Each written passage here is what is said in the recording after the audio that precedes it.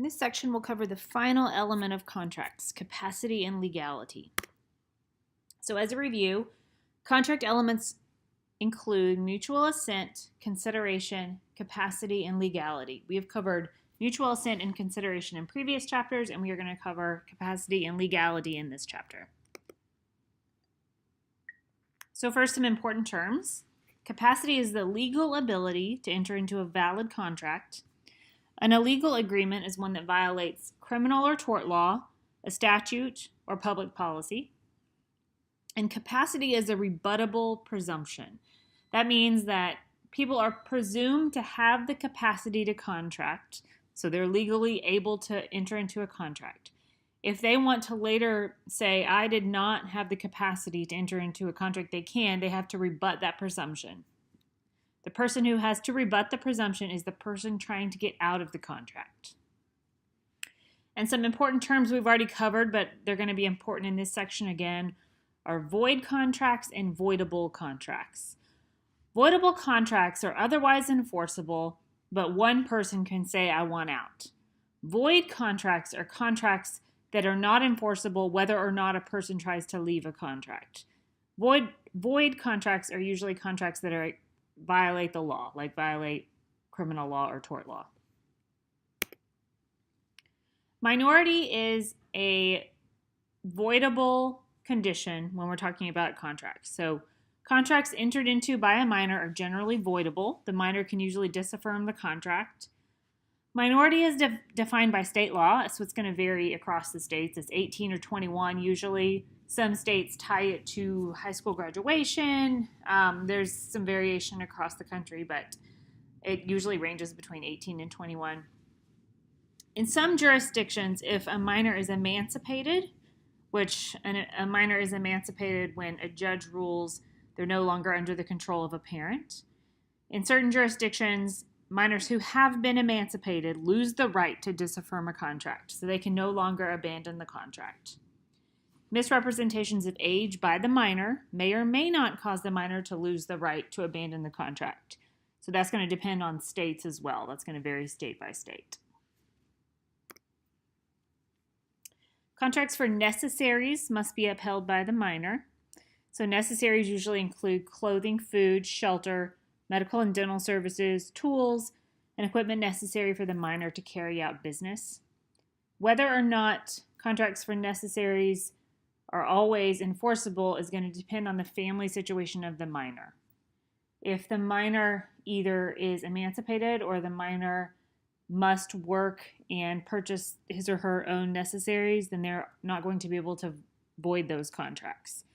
If, in contrast to that, mom and dad provide everything, the minors are going to have fewer necessaries.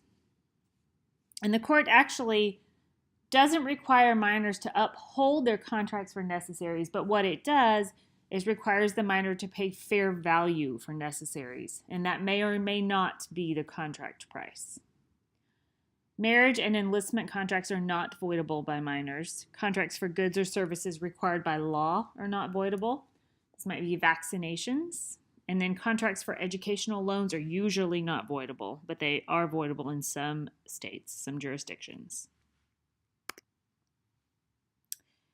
We have a different rule when a contract with a minor affects an innocent third party. So if a minor sells goods to someone as a minor, that contract is voidable.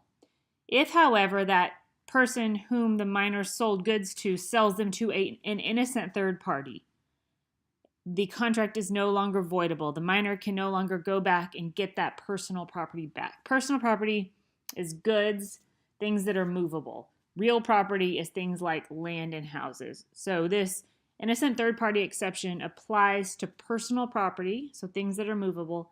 It does not apply to real property, so houses and land. A minor can still void a contract for houses or land even if it has been subsequently sold to an innocent third party.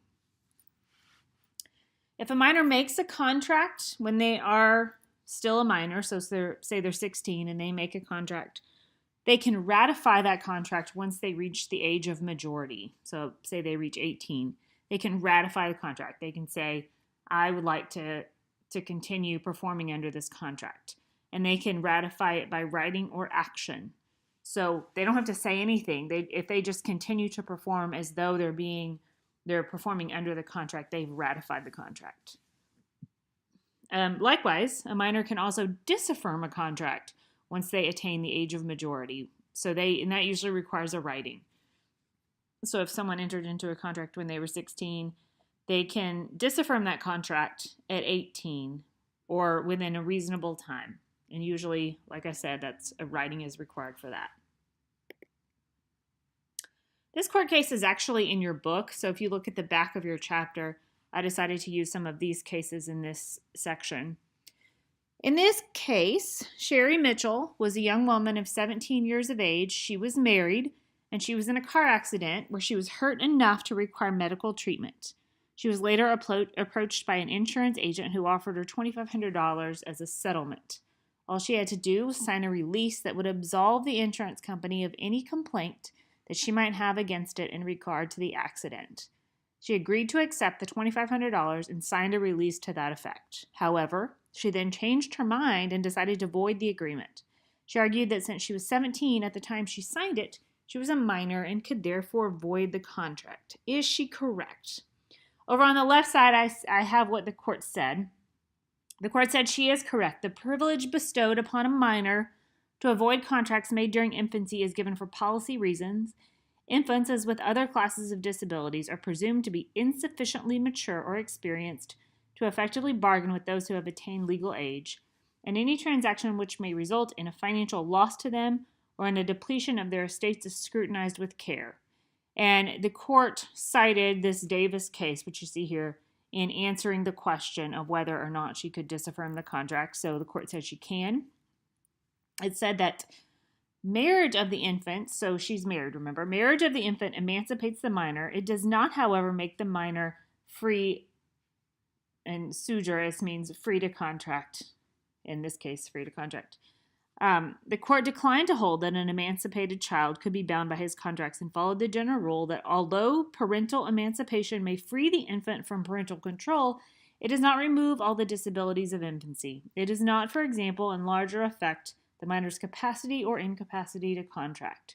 So here they said even though she was emancipated, she was still an infant in the eyes of the law, and she still could not enter into this contract. Remember, we said that emancipation allows minors to often contract for necessaries. It doesn't allow them to contract for everything. The next section is going to cover mental impairment and its effect on capacity. People lacking mental capacity to understand the nature of a contract may disaffirm the contract. This is difficult to ascertain because they have to have been impaired enough to not be able to understand the nature of the contract at the time of the contract. So if you think about people with mental impairment, maybe you have an older person in your life that has Alzheimer's. It comes and goes. There can be days where they're very clear-headed and seem competent to contract, and there can be days when they absolutely are not. So it's going to be difficult to ascertain whether or not they had the capacity to contract. And this is often in court going to depend on the other party's knowledge of the impairment. So if I am dealing with a person who I know has Alzheimer's and I can tell they're probably not clear-headed today and I still choose to contract and take advantage of that person, the court will not enforce that agreement. Mentally impaired people can execute valid, voidable, or void contracts depending on the nature of the impairment. People who are legally impaired, as declared by a court, are not allowed to contract. They do not have the capacity to contract, so all their contracts will be void. If a contract is already executed, this mentally impaired person may void it, but they must return the subject of the contract. So if they received consideration, either cash or property or something, they have to return it. If a contract is executory, meaning it hasn't been fully performed, this mentally impaired person may void the contract. Here's another court case that's in your book. David Cruz was a construction worker. He was injured while working for the Coos Head Timber Company. Subsequent to the accident, he signed an agreement with his employer that granted compensation in exchange for his promise not to sue. Cruz is now trying to have the agreement voided. Evidence introduced proved that Cruz had an IQ of 83 and then he dropped out of school at 18. When he dropped out of school, he was in the 8th grade but was doing less than 6th grade level work. Will his slowness necessarily invalidate the contract? So he's trying to argue that he's mentally impaired and that he was too mentally impaired to enter into this contract. The court disagreed. The court said the evidence proved nothing more than that plaintiff was of normal but below average intelligence. It would be poor public policy to hold that such proof made a jury question on capacity to contract. Such a policy would be more detrimental to such persons than the occasional improvident contract they may make. If their contracts could be void upon such proof, they would be treated as incompetents by the balance of society and relegated to the class of persons with whom no one dared to transact business. So the court's basically saying just because someone isn't of average intelligence, they should still be allowed to contract. Public policy would make a prohibition of their ability to contract more detrimental to them than it would help them. Intoxication is also going to affect people's mental capacity to contract. If you contract with an intoxicated person, that agreement is usually voidable, meaning the intoxicated person can get out of that contract. The contracting party must lack the ability to understand the nature of the obligation of the contract, and the intoxicated party may affirm or disaffirm the contract within a reasonable time. So, an intoxicated party that enters into a contract can affirm or disaffirm the contract, but they must do it within a reasonable amount of time after the intoxication period is over. And disaffirmance is going to require a return of any consideration that they received.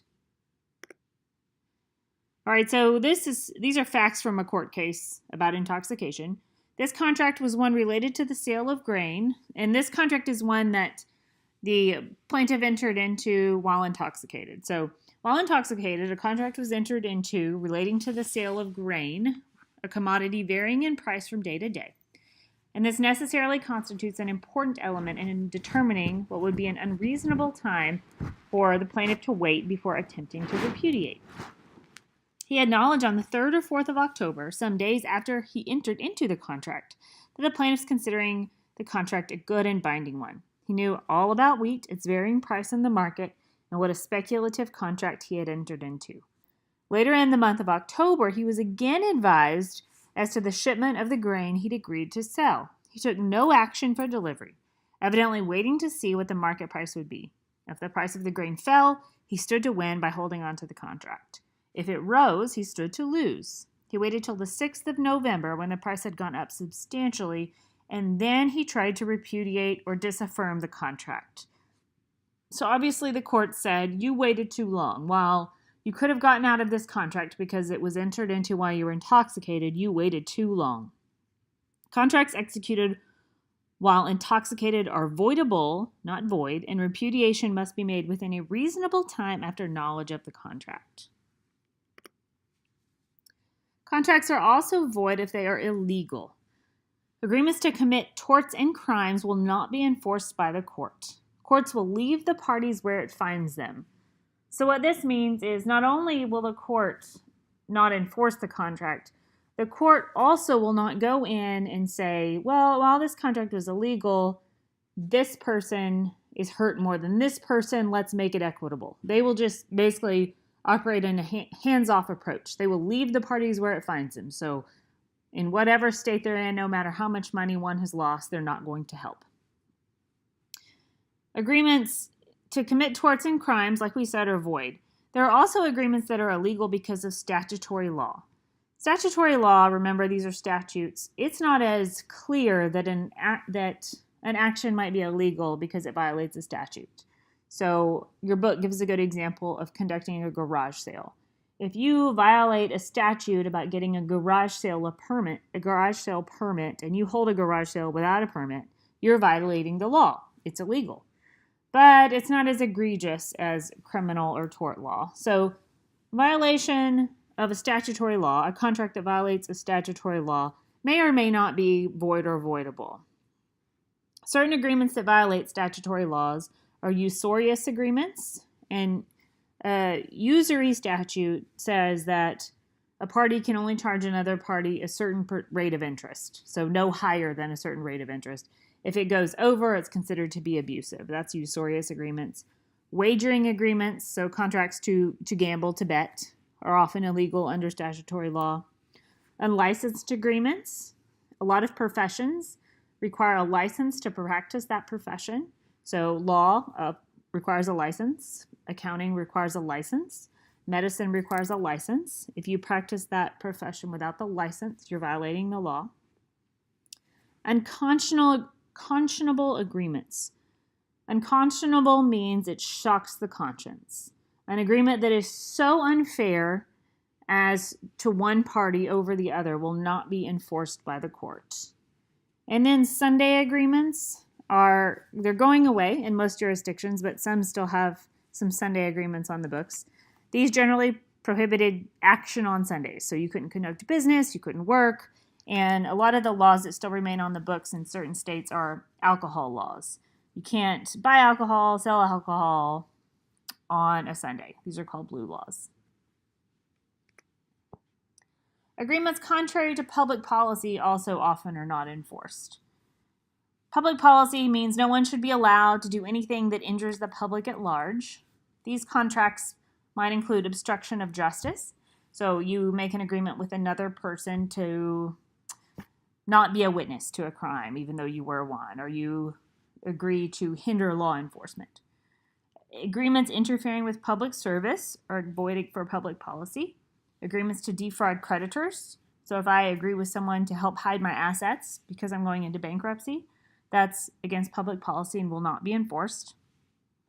Agreements to escape liability are generally unenforceable. They're not favored by the law. Restrictive covenants in the sale of business are enforceable, but they have to be very limited in scope. If I agree to sell a business to someone else, the person who buys the business is going to want me to sign something that says that I won't automatically compete with them. I won't take all of my knowledge of that business and start another business to compete with them.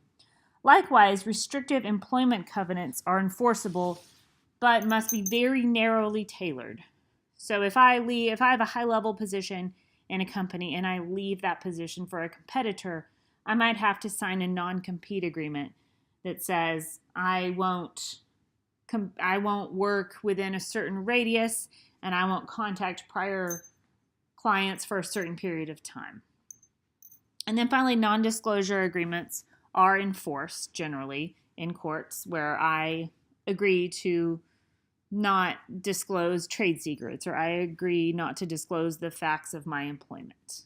Those are generally enforced if there's consideration on both sides. And finally, consequences of an illegal contract. So there's two types of illegality. The first, in pari delicto contracts, means both parties knew of the illegality of the contract. So both parties are at fault. In that case, the court will not help either party in a lawsuit. If one party is innocent, though, the court may allow recovery for the innocent party. There's also contracts that may be partially illegal and partially legal. If that's true, and if a contract is divisible, the legal part will be enforced by a court, and the illegal part will not. So if it's a contract and most of the contract can still be performed legally, one small part of the contract violated a statutory law, so not a criminal law usually, just a statute, then oftentimes the court will enforce the legal part of the contract.